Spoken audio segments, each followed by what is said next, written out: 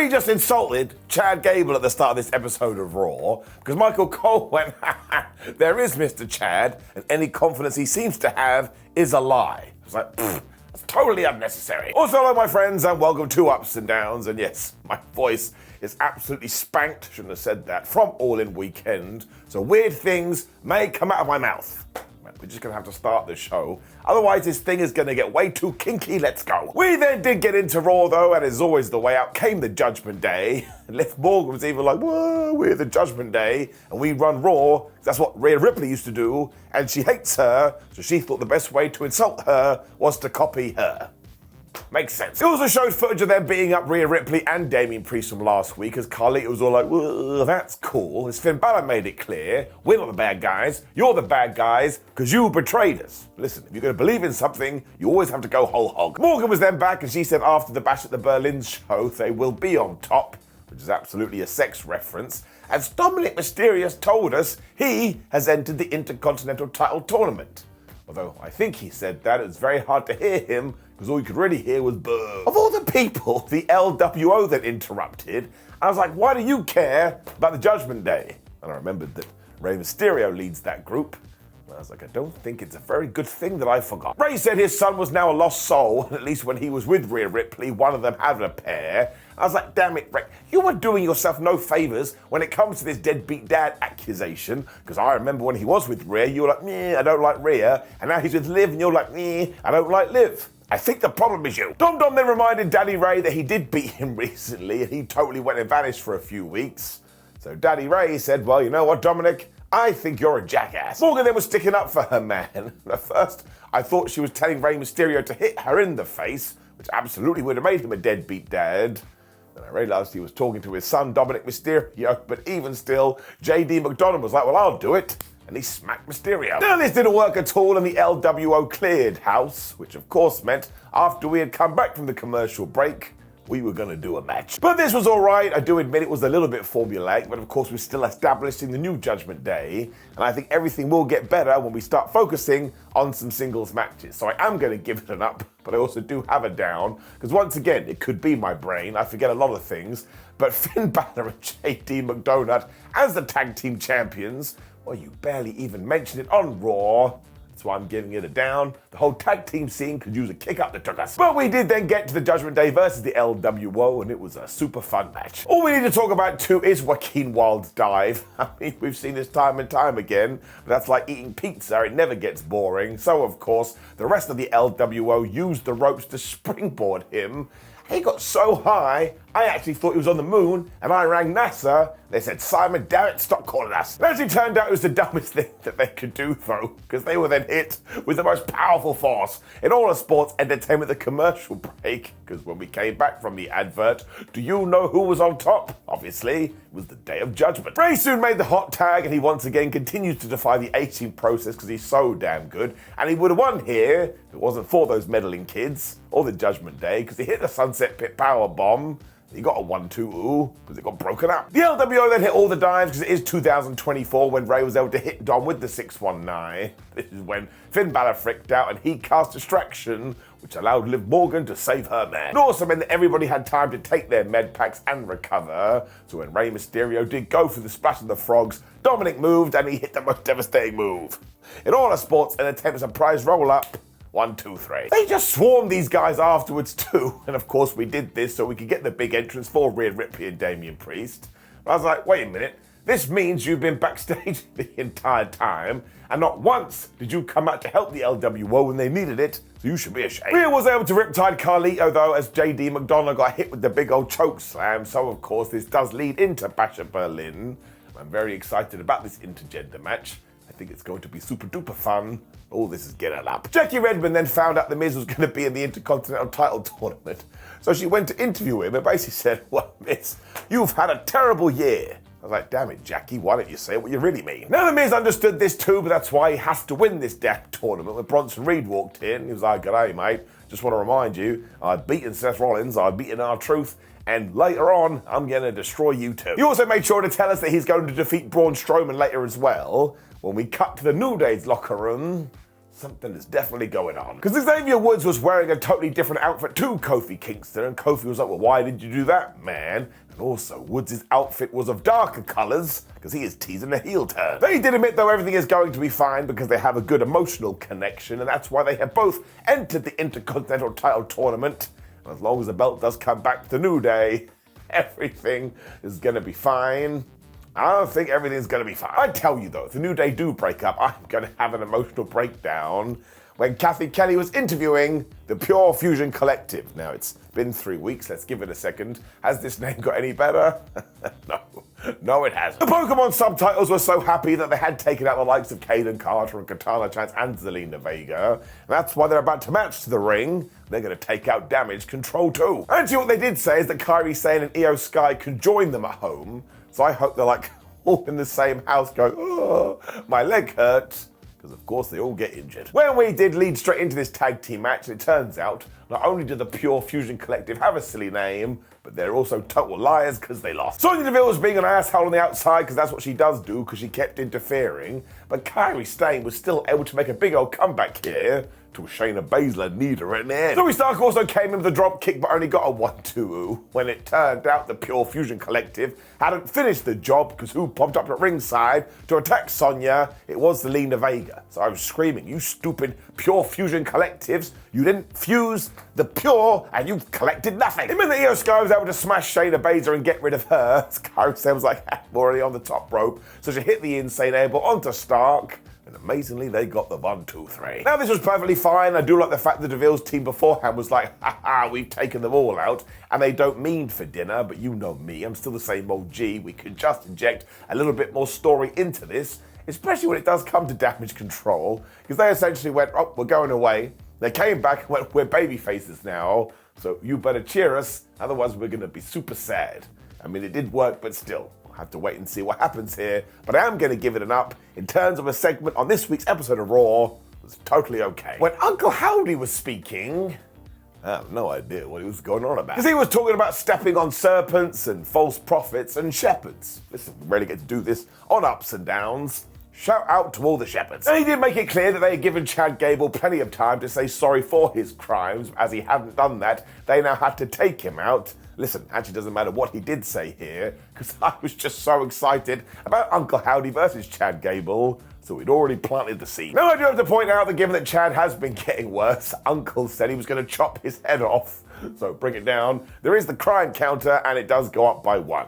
This is nice and simple. You're not allowed to say to another human being, I am going to behead you, unless you're living in like 1672 France. Ultimately though, I did just want to see him whoop some ass, so he must have done well here. But it was time to dive back into CM Punk versus Drew McIntyre. Drew was out first, and he made sure to steal all of Punk's lines, and his whole point was, I don't even need to carry on here, because that schmo is so predictable, he does the same thing each and every single week. Punk would also then go on to talk about his favourite subject, which is CM Punk, and then probably say something like, oh, little Timmy flew 30,000 miles to see me, because I am the greatest thing on the planet. Now, Punk did do that last week, and it was very wholesome, I have to say that. But Drew here also made me laugh. McIntyre then sat cross-legged in the ring as he continued to go after Punk. He was like, do you know why he attacks me from behind all the time? Because he's a big scaredy cat. Fans need to understand as well that Punk would stop doing this if they stopped chanting his name, because essentially they are enablers.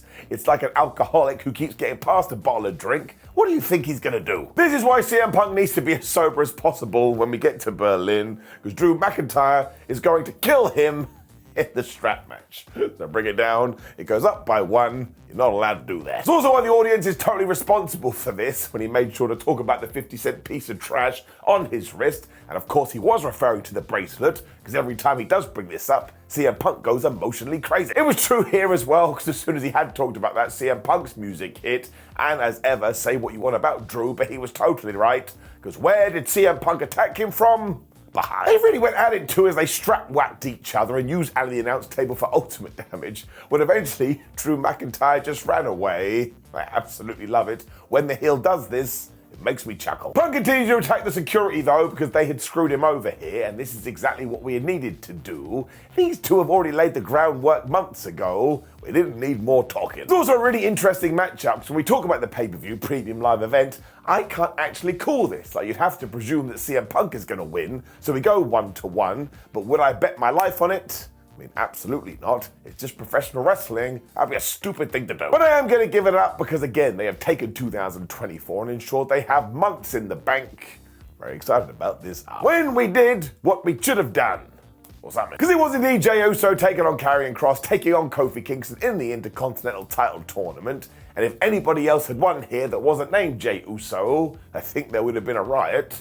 Especially from Rikishi. I also like that Karrion and Kofi were in this because of course they did have beef, and as soon as the bell went ding ding ding, Kingston said, "Hey Karrion, I'm coming for your ass." Now he did screw himself because he did go for the trouble in paradise, but Karrion just ducked here, meaning Kingston whacked Jey Uso right in the face, and he couldn't handle that because it's not what he intended to do. Kross then hit a powerbomb for a 1-2 when Kofi got out of the cloverleaf with the most devastating move in all sports entertainment. I think by this point, Jey was like, well, you've all forgot about me, so I'm going to come over there and smack you. So basically, as soon as Karrion knocked Kofi out of the ring, Jey Uso ran into him, gave him the spear. When he gave him the big old splash, and he just beat him, he is going to the finals. This was all good as well, though, and again, while I'm kind of feeling that Jey Uso does need to get to the end of this, I'm not sure he wins the Intercontinental Championship, so that's going to be kind of interesting. It was a good triple threat.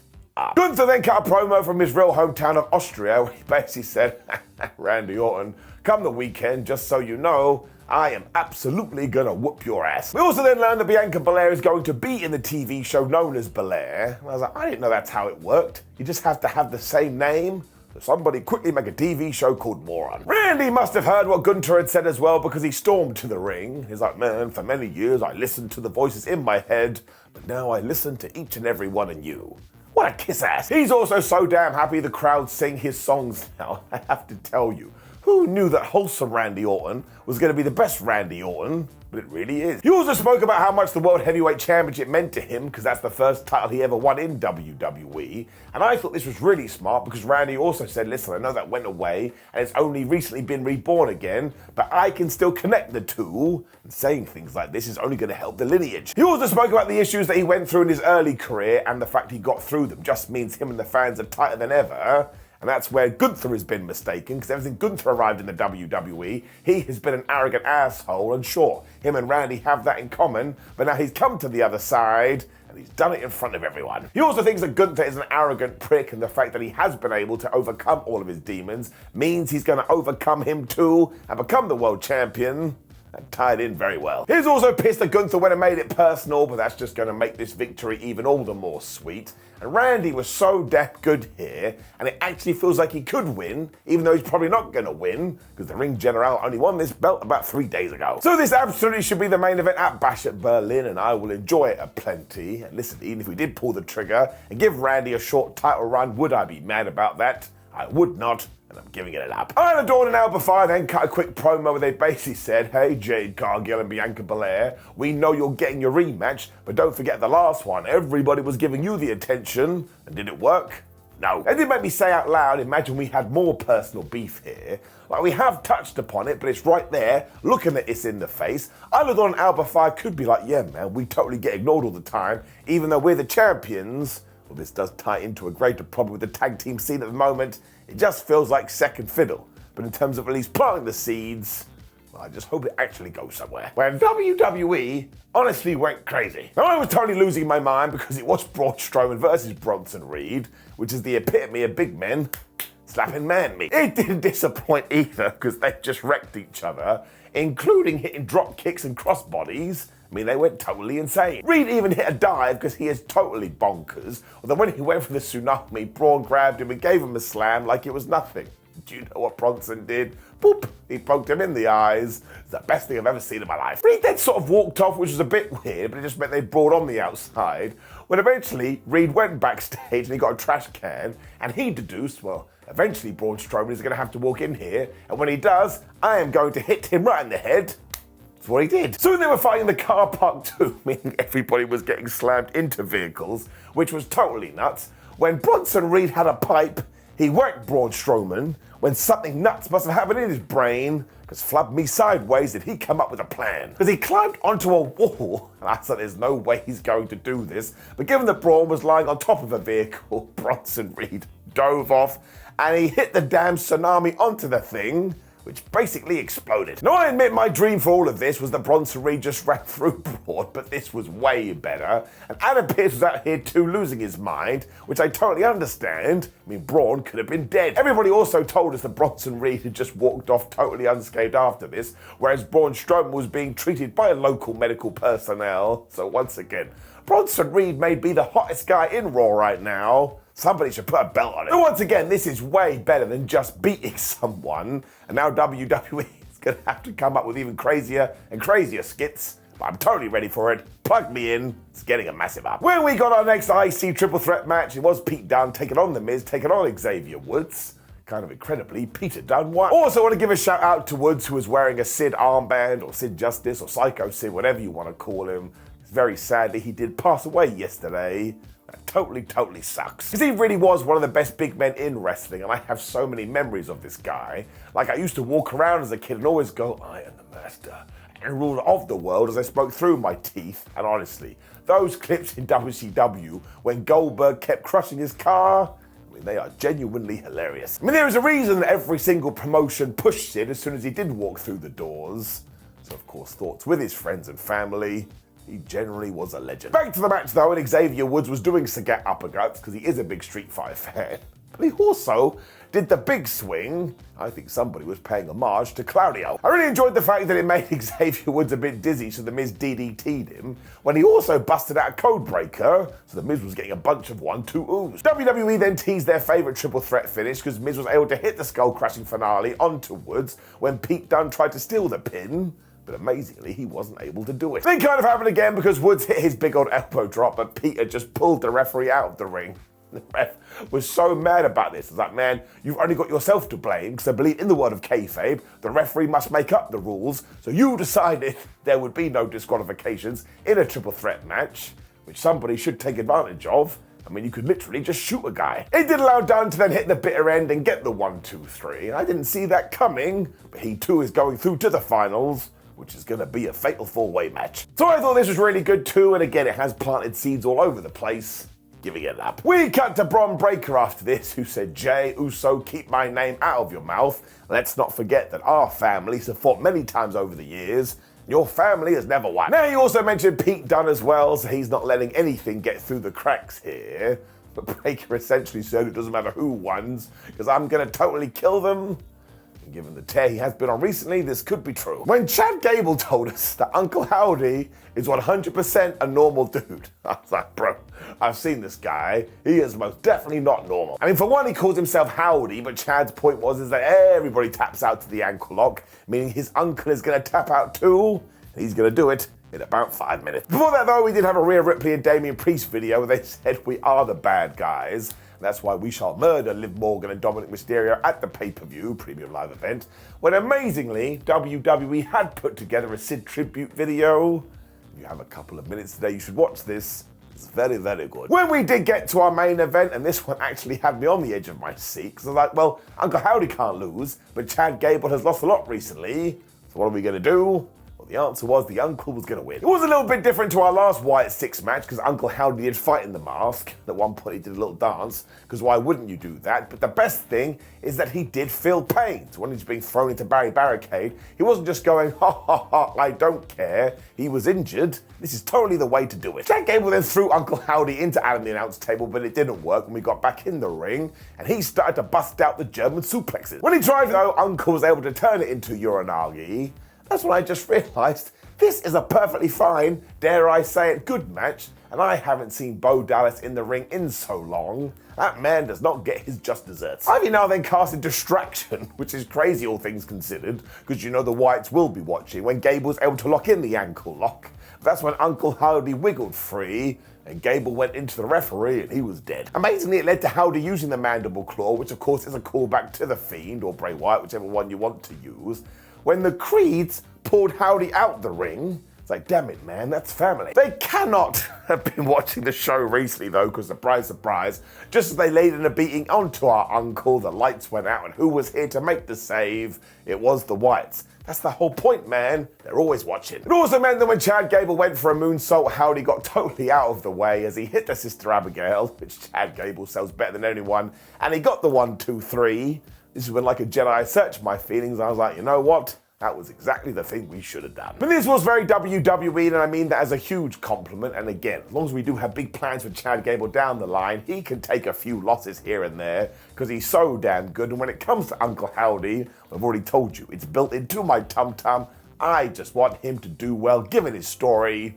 I am giving it up. I also think it makes a great TV main event, and maybe it's something you don't even need to do on pay-per-view unless you have something super duper big. So yeah, maybe as a go-home show for Bash at the Berlin, we could have done a little something extra, but I still had a good time. Raw is getting it up. Now, of course, please do leave me a comment below and let me know what you thought about Raw. Like the video, share the video, and subscribe. Click this video here, which is ups and downs for All In. And yes, it's one of those live ones. But as I said on the video, I enjoy them. So if you hate them, just don't watch it, but watch it anyway and get mad. I know what we're talking about. Goodbye.